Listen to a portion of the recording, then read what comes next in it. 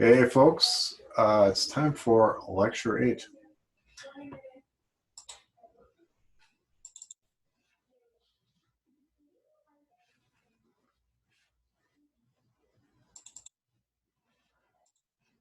Oh,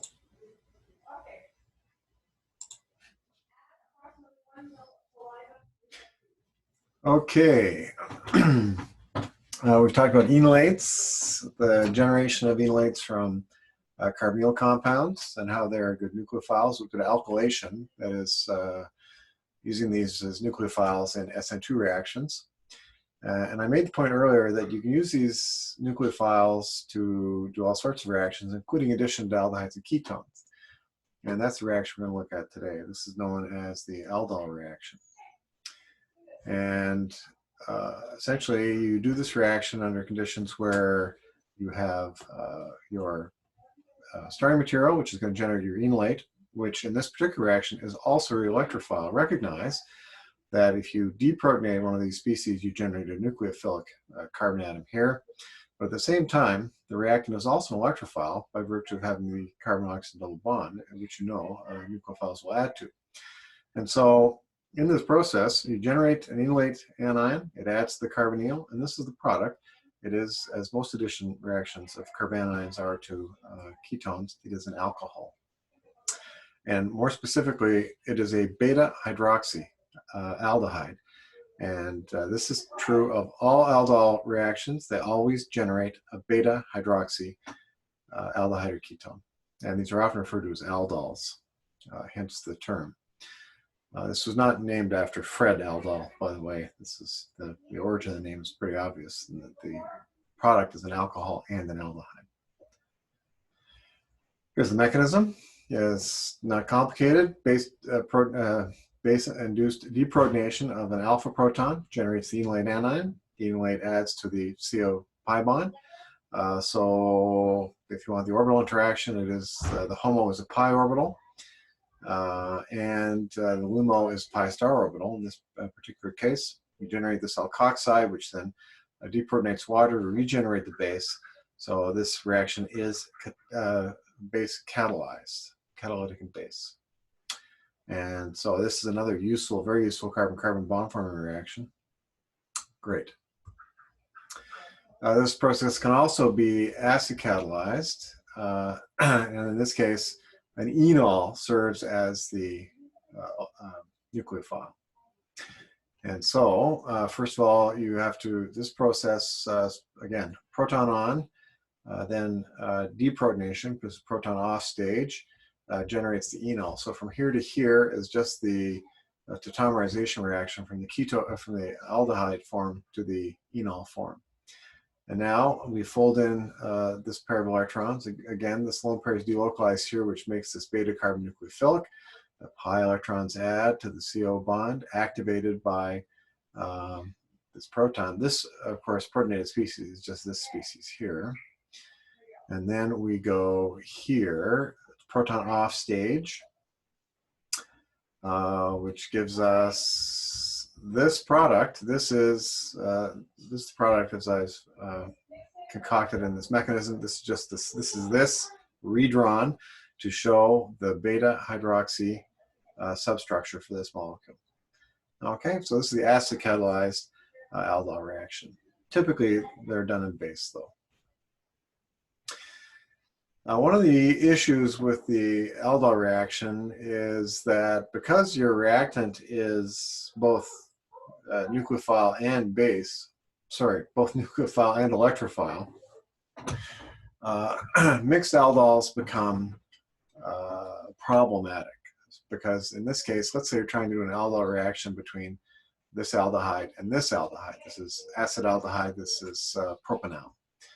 The problem here is that you can generate two different nucleophiles, this enolate and this enolate. They are different, but they're both nucleophilic.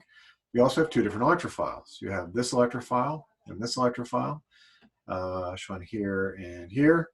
And so as a result, you have four possible products. One resulting by the reaction of two molecules of acetaldehyde. This is formed by two reactions of propanol. And in this case, as shown here, this is the reaction of this enolate with this aldehyde propanal, whereas this is the reaction of this enolate with acetaldehyde. So you have 4 different aldol products. And this is essentially prohibitive. It's a complicated mixture. And if you want any one of these 4 possible products, this is not the way to do it. Okay, all of these products, of course, are formed under, these are under thermodynamic conditions in the sense that we're using weak base to generate small equilibrium concentrations of our enolate nucleophiles. It is possible to do cross aldols under certain conditions relying on 2 principles.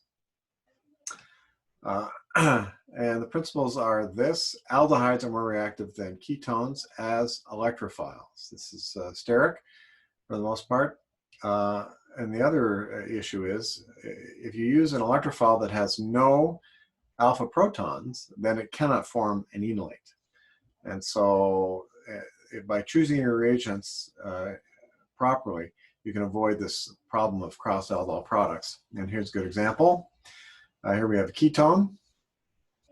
And this aldehyde is known, its trivial name is pivaldehyde.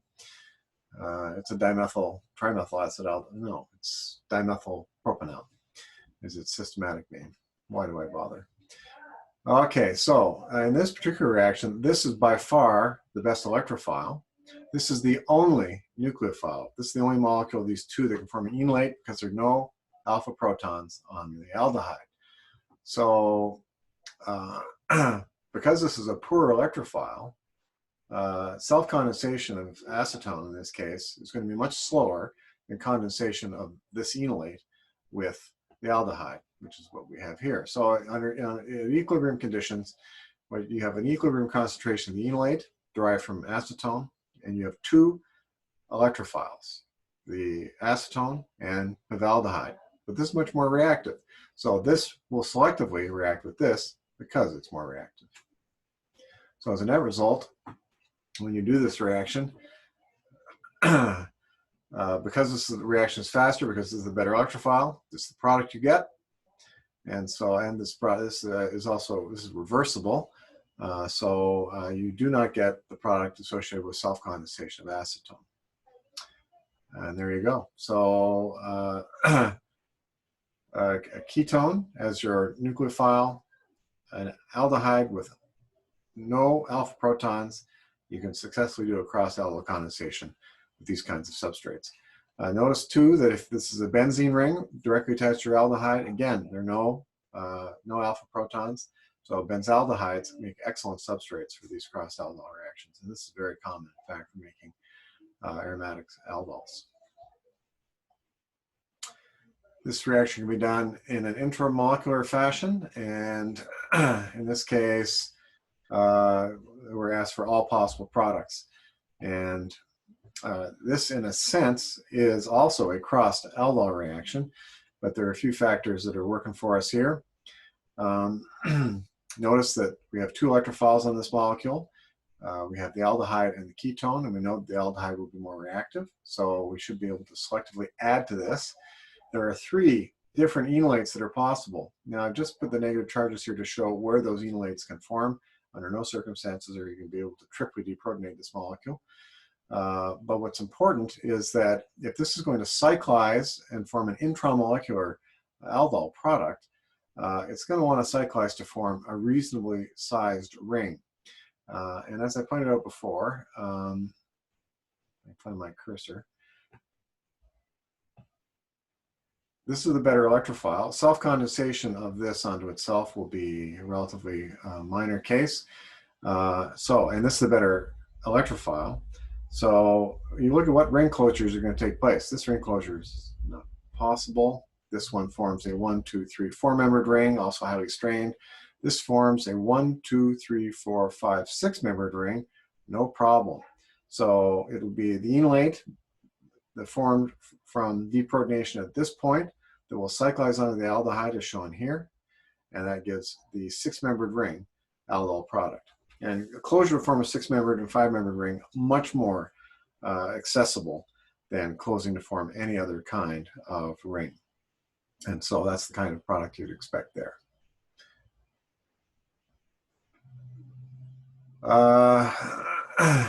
Okay, so we're going to stop here. And next class, we will look at essentially an extension of the Aldol reaction to form alpha beta unsaturated ketones. But I'm a little concerned about length here. Speak to me.